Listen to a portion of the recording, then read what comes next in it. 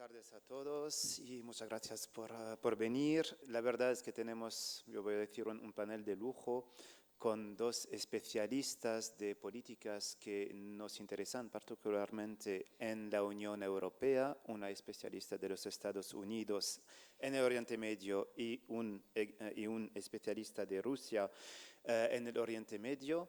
Y la verdad, yo tengo que decir que son dos personas que yo sigo a título personal en mis trabajos, que son referencias, que son gente que trabajan de manera diaria y de manera muy seria sobre estos temas, y son personas que de verdad nos van a aclarar sobre muchas preguntas que tenemos en cuanto a los asuntos relacionados con el Oriente Medio. Como ya sabéis, lamentablemente cuando se trata de hablar de la Unión Europea en el Oriente Medio, pues hay muchos puntos de vista, hay muchas maneras de mirarlo, pero nos quejamos siempre de que si la Unión Europea todavía no tiene un papel fuerte en la región. Está claro que con las evoluciones de estos últimos años, con vamos a decir, la coincidencia que hemos tenido entre Vladimir Putin en el poder en Rusia y Donald Trump, que ha renovado, por lo bueno o lo malo, eso lo hablamos, pero que ha renovado una parte de la posición o del posicionamiento de los Estados Unidos en Oriente Medio, hay muchas cosas que decir y que hablar. Ahora, al mismo tiempo, quiero decir que al hablar con nuestros dos ponentes verían más sentido en interactuar con vosotros. Así que me han dicho que en lugar de hablar durante un rato largo, prefieren hacer una pequeña intervención por cada uno de ellos, y a partir de eso vamos a abrir una charla donde yo actuaré como moderador para a lo mejor venir con unas preguntas o unos comentarios, pero la realidad es que quieren interactuar con vosotros basándose sobre vuestras preguntas. Así que sin tardar más, podemos empezar. Yo sugiero que empecemos con Dalia Dassa Kaye, que, como lo ha dicho, como nos ha acordado Karim, es directora del Centro de Políticas, Públicas de Oriente Medio y analista política en la RAND Corporation, que es uno de los centros de investigación los más conocidos en los Estados Unidos.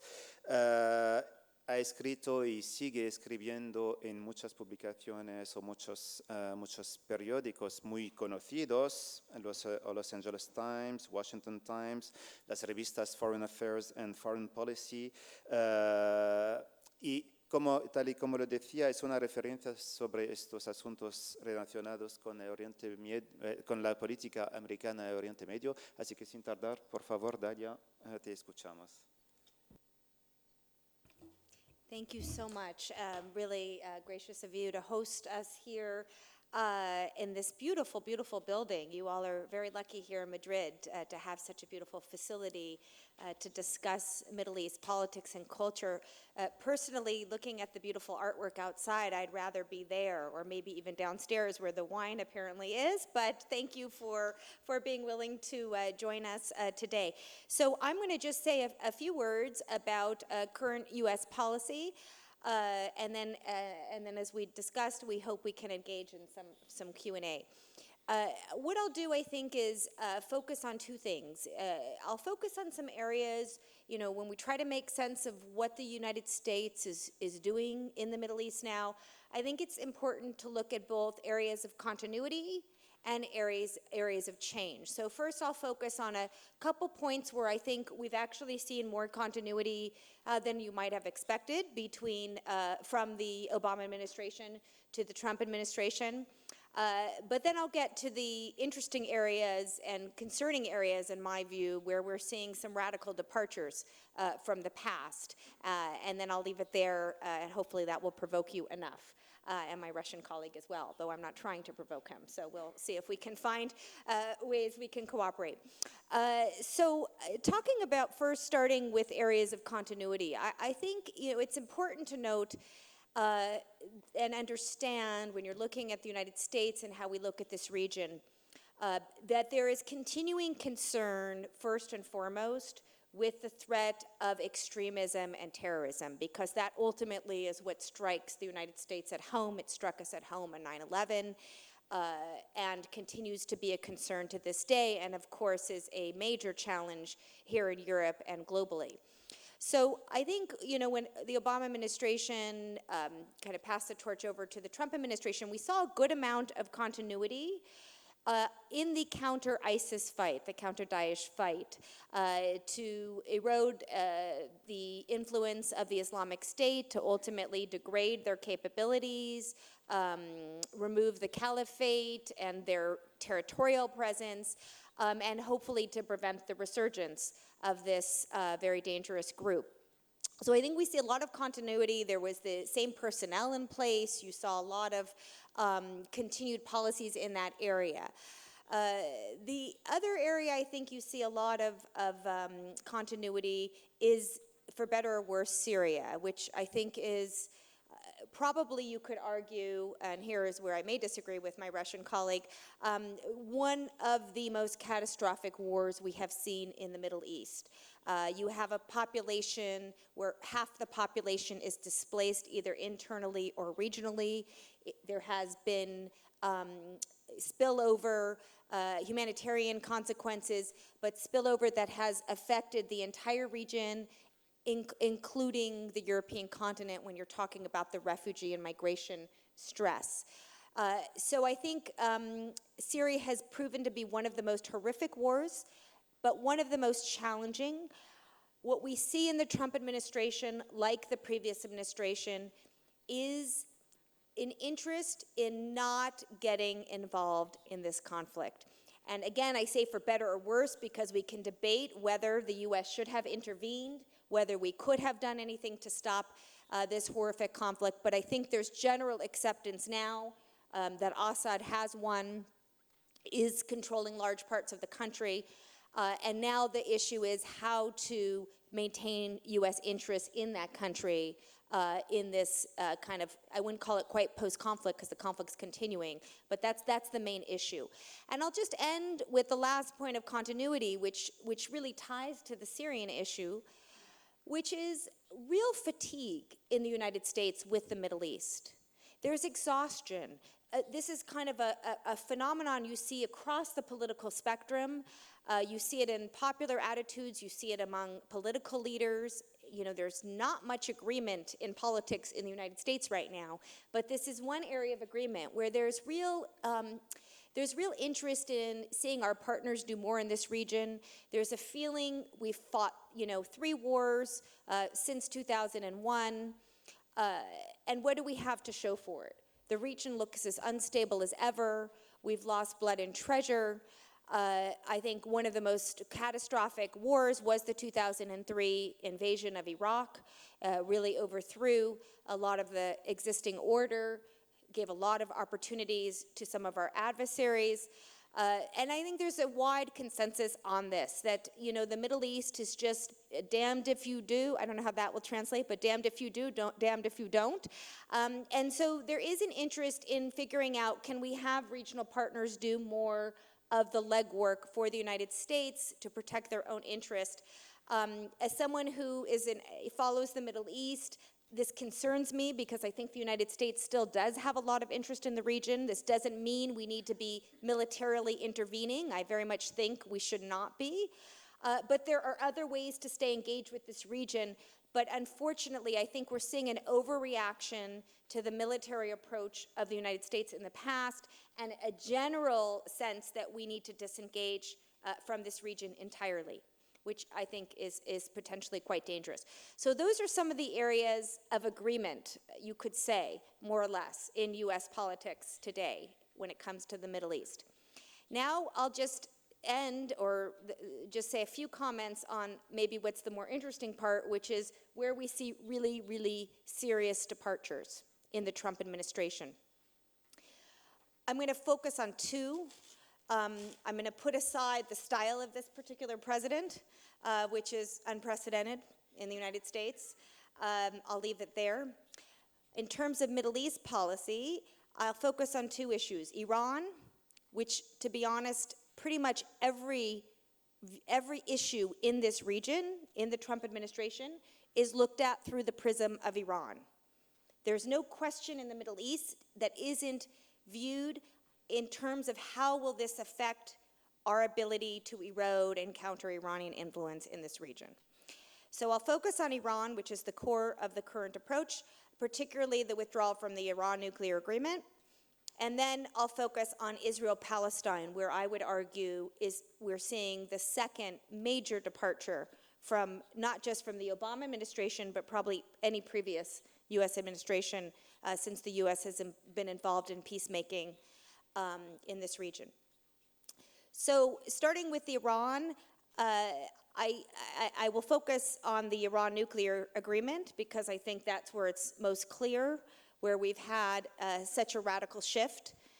The Trump administration, President Trump chose to withdraw from a nuclear agreement that wasn't perfect, that wouldn't solve all the problems that the United States has with Iran, that indeed the global community has with Iran, but it contained the problem. It was an agreement recognized by the major powers, one of the few areas where we do have quite an agreement with Russia and even China, certainly here in Europe as parties signing to the agreement.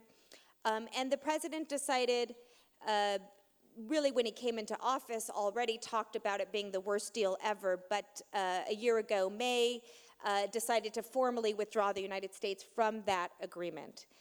That withdrawal from the nuclear agreement is, I would argue, leading to consequences we will be living with for a long time to come. I think we're already seeing the consequences of the withdrawal with the escalation in the region just this past week and certainly over the summer with repeated attacks, presumably from the Iranians and Iranian-aligned groups. Because ultimately what we did, for those of you who don't follow it, is we withdrew from a deal even though the international community certified the Iranians were complying with the agreement. We did this unilaterally, and not only did the Trump administration decide to unilaterally leave this agreement, they decided to do what's called a hard exit from the nuclear deal. So it wasn't just the US said, I don't like this deal anymore. This was an Obama thing, it was wrong, it was stupid, it was short-sighted, it made Iran more aggressive and so forth. You could argue that's fine. It's a new administration, they have their own assessment. But what was so dangerous, I would argue, is that we did it in a way that didn't just punish our adversary and signal US frustration with this agreement. We decided to punish our allies as well. So when the United States left the agreement, we left it saying, not only are we getting out of this thing, but anybody in the world, that including our close European partners, including our Japanese partners, including our other Asian powers that are aligned with the United States that rely on Iranian oil, we are going to punish you if you continue your trade with Iran, if you continue to import Iranian exports. This is what has become known as the maximum pressure campaign against Iran. It has really, in my view, served to isolate the United States more than it served to isolate Iran. And in the first year of this campaign, the Iranians abided by the agreement, kind of laid low and thought they would, ride it out. But now, as many people are arguing, instead of taking a very cautious approach, we're seeing the Iranians respond to the Trump administration's maximum pressure with maximum resistance. And this is a very volatile, escalatory situation in the Middle East today. So that's number one. We can get into this in Q&A more on the broader concerns about Iran and the region, and they are valid concerns. But this was a radical departure because this was an agreement and in the international community and pretty unprecedented to be leaving in such a way that alienated close partners in doing so. So that, I think, is probably the most transformative departure. But the second one, which I know is followed closely here, from what I understand, is the Israeli-Palestinian arena. I think, we're sitting here in Madrid, beautiful Madrid, and it's fitting because peacemaking didn't just start with Madrid, but there was a really quite critical conference in 1991, hosted right here in Madrid, And that really launched ultimately a regional peace process, followed by the Oslo Peace Accords in 1993, and real optimism in the 1990s that we were finally going to see the end of the Israeli-Palestinian conflict. This would be it. I myself, had bets with friends. I would, say, this is it. This is not a sustainable situation. We're finally there. I've been disabused of that idea. Sadly, I think we're as far away from a resolution to this conflict than we may have ever been. But what's different about the Trump administration's approach toward this, and I wouldn't blame them for the lack of Israeli-Palestinian peace. There were not great conditions for peace to succeed before President Trump came to power. Obama tried with Secretary of State Kerry and was not so successful himself. So it's not that I would say the Trump administration is to blame for the lack of peace. What concerns me, and what I think is a radical departure, is the United States' approach to the Palestinian issue.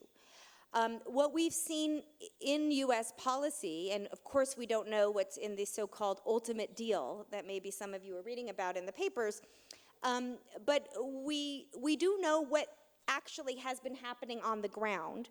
And what's happening on the ground is the U.S. is taking actions that have never been taken before by any U.S. administration, Democrat or Republican. We move the capital from Tel Aviv to Jerusalem, an incredibly polarizing and inflammatory step.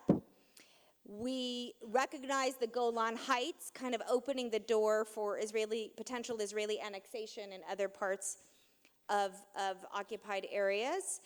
And I think even more troubling than those already troubling signs, we are not communicating with the Palestinian leadership. Now, I'm not trying to sugarcoat the situation on the Palestinian side. They have a lot of problems in their leadership. There's a lot of corruption. There's a lot of frustration among the Palestinian public that their leaders are not delivering for them. But you have to talk to your enemy. You have to talk to your adversaries. There is no communication now between the United States and the Palestinian Authority. That is extremely dangerous and an extreme departure from what we've seen in the past. Not only is there no communication, but in official U.S. documents, if you look at the official U.S. websites of the State Department, the Palestinians are not even listed as an entity in this region anymore. It's as if the current U.S. policy is to wish away the Palestinian issue. I am not arguing that the Palestinian issue is front and center anymore. It's just not. The region has moved on. There's a lot of other challenges. I mentioned the Syria war, first and foremost probably among them, but many others, Yemen, Libya, etc.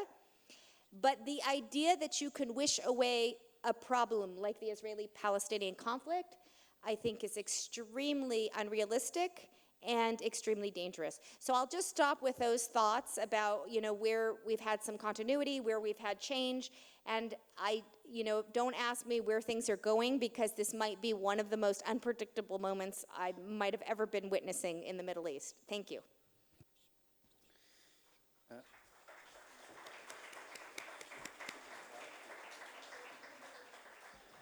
Pues muchas gracias, Dalia, por todos estos elementos que seguro van a formar parte del debate. También gracias por destacar el hecho de que a pesar de unas rupturas o unos cambios en la política americana hacia la región, pues hay también temas que se quedan centrales, temas que son importantes, y la cuestión israelo-palestina no cambia.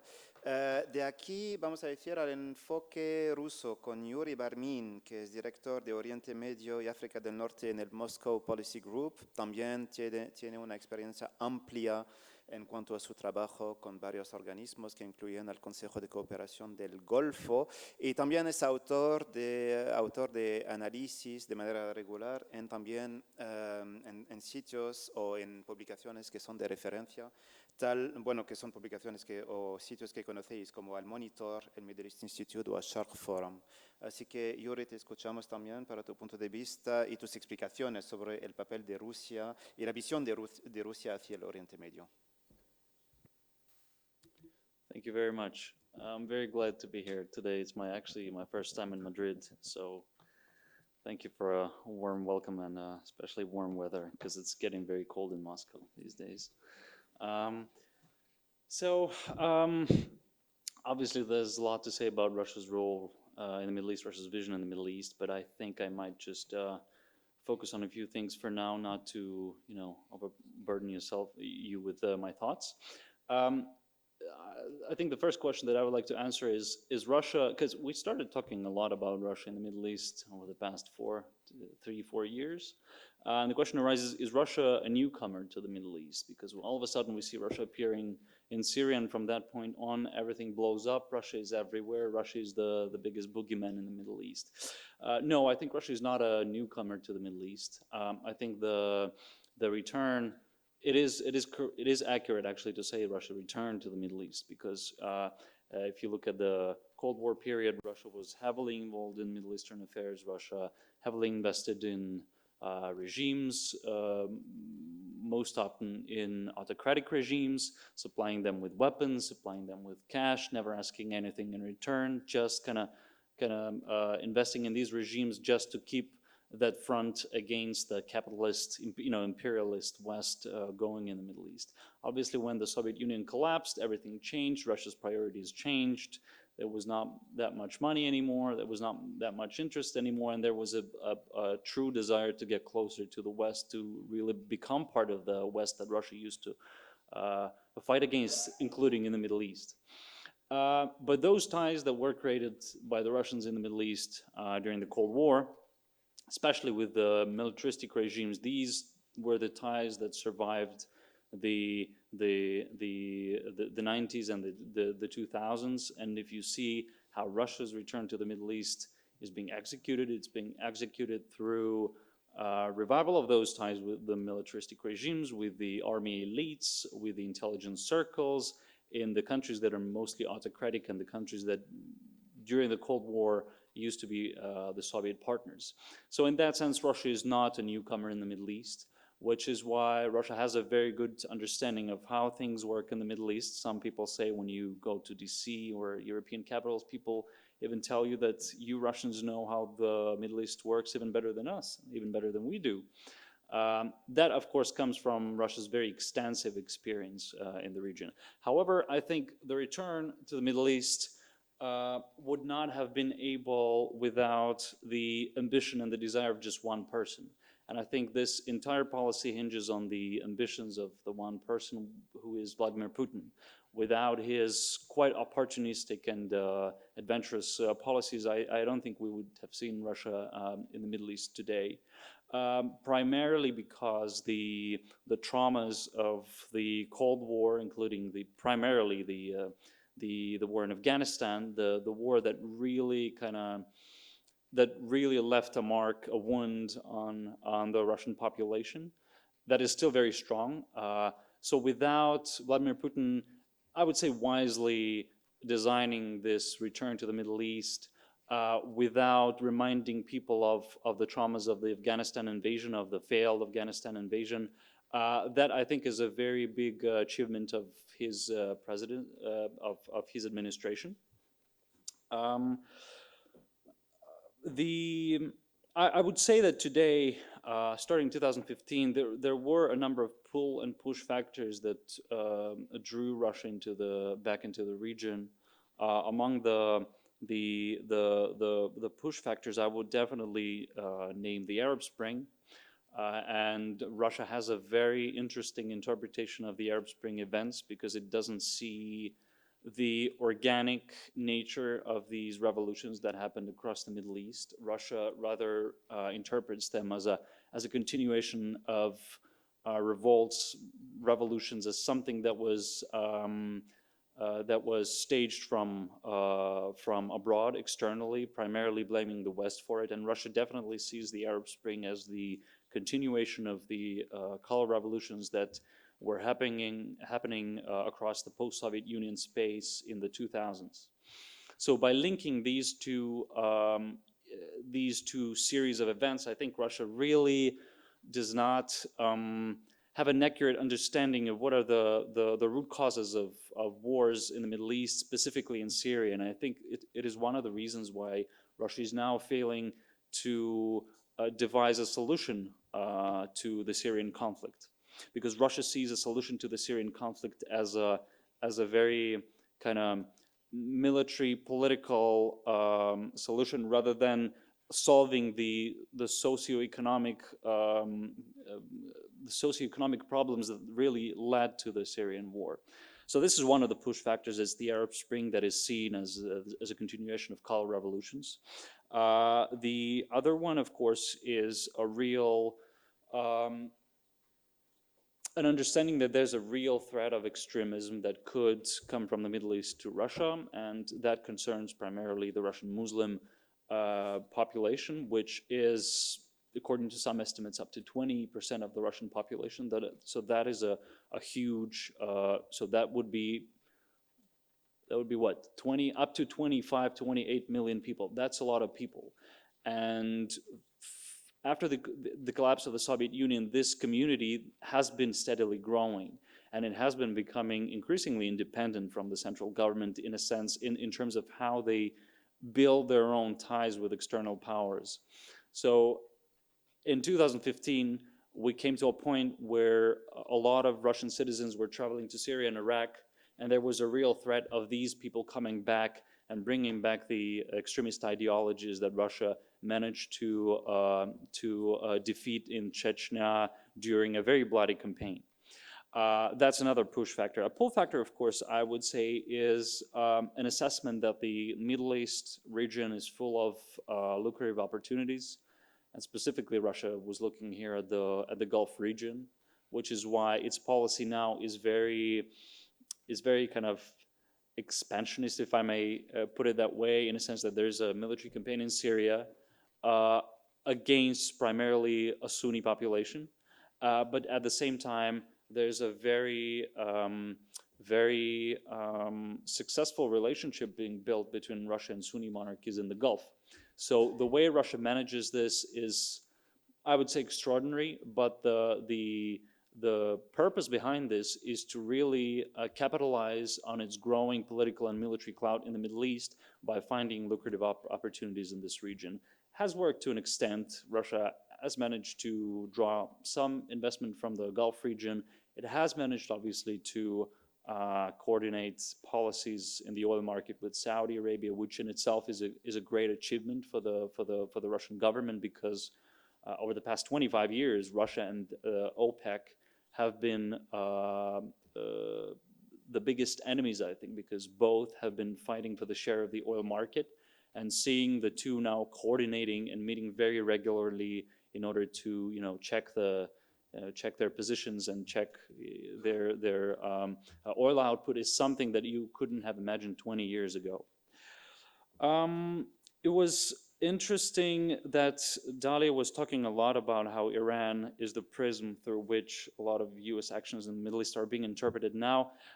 Funnily enough, Russia's view of the Middle East, rather the facets that Russia is looking through, is very different. I don't think Iran is even, it's definitely not the first priority. It's definitely not the second priority. It's somewhere the third tier priority, something on the back burner for the Russians. Of course, the JCPOA deal is something that Russia really heavily invested time and effort.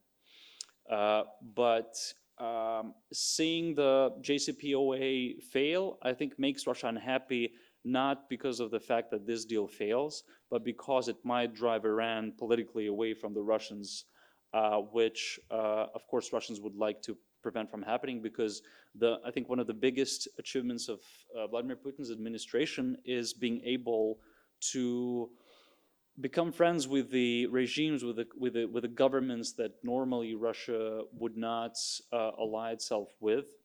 I mean Turkey, I mean Iran, I mean Saudi Arabia, the countries that Russians are naturally opponents with. So the way Russia managed to turn its policy around, its positioning in the Middle East around is fascinating, I think. But like I said, Iran, I don't even think Russians care that much about Iran. What I think they care about in the Middle East right now is about how to save face in Syria, how to get a a decent exit out of Syria, meaning how to capitalize on this conflict. Militarily and politically, Russia managed to capitalize to an extent, but I think the main task for the Russians right now is to see how they could use their achievements on the battleground in Syria in order to expand further in the Middle East, how they could capitalize financially, how could they use the opportunities in Syria to get oil deals, to get construction deals, a lot of opportunities that Syria might present in the near future. That I think there's no really understanding of what a long-term policy in the Middle East should be right now. I think the policy is still very reactionary. There's no long-term planning. It's a very ad hoc approach to policy making, which is good on the one hand because Russia manages to react very quickly to events happening in Syria, but at the same time, like I said, there's no long-term planning, long-term vision. The reason why Russia needs a long-term plan is because once Vladimir Putin departs, and that will happen at some point, nobody knows, not Russians, not powers in the Middle East, nobody knows how Russia's policy is going to change. And I think this is one of the biggest obstacles right now because there's really an expectation in the Middle East among powers that are Russia's partners now, as well as among Russia's opponents, that Russia is really committed to this region. But I don't get this sense right now. I think that, like I said, it's a policy, it's a comeback of one person, of Vladimir Putin, but it's definitely not a comeback sort of that emerged out of a institutional consensus inside Russia. And because of that, I think you can see a lot of disagreements within the government of Russia when and I've been speaking for more than 10 minutes already, I'm sorry. When the Ministry of Defense has one line on Libya, the Ministry of Foreign Affairs has another line on Libya, you can see these divergences within the administration, and there are increasingly more and more of these. But that happens because there's really no long-term plan. No, we haven't set specific objectives in the Middle East so far, I think, 4 years after our return. And I think you said something about, in your remarks, you said something about the fall of the Berlin Wall. And people keep asking me from time to time, so did we enter a new Cold War in the Middle East? We used to have the Cold War in Europe. Do we have a Cold War in the Middle East? I would say no, but interesting. I like the parallels that some people draw between the Berlin Wall falling in Germany and Berlin Wall moving to the Middle East. Some people say the Berlin Wall is now along the Euphrates River, the river in Syria that divides the arch enemies, if you want, the Syrian government and the Americans in Syria, and the Russians heavily investing in the Syrian government, supporting it. On the opposite side of that wall is our American forces supporting the Kurds, the SDF, a Kurdish Arab coalition, and neither of these sides are willing to take the first step in order to kind of find the common ground.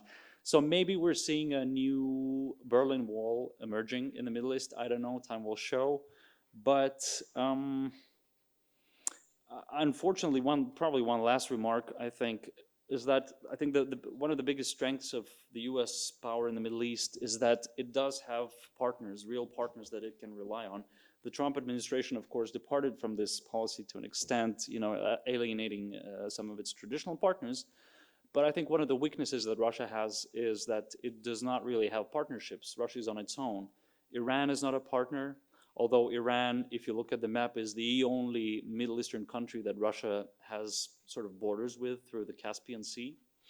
The Syrian regime is not really a Russian partner because the Syrian regime has its own interest of surviving through this war, and nobody knows how the Syrian government is going to behave once the war is finally over, not militarily, but also politically, once Bashar al-Assad secures his political future. And when you look at it, Russia is on its own in the Middle East, and I think until Russia manages to find strong partnerships that it can really invest in the long term, I don't think this Russia's policy in the Middle East will be sustainable.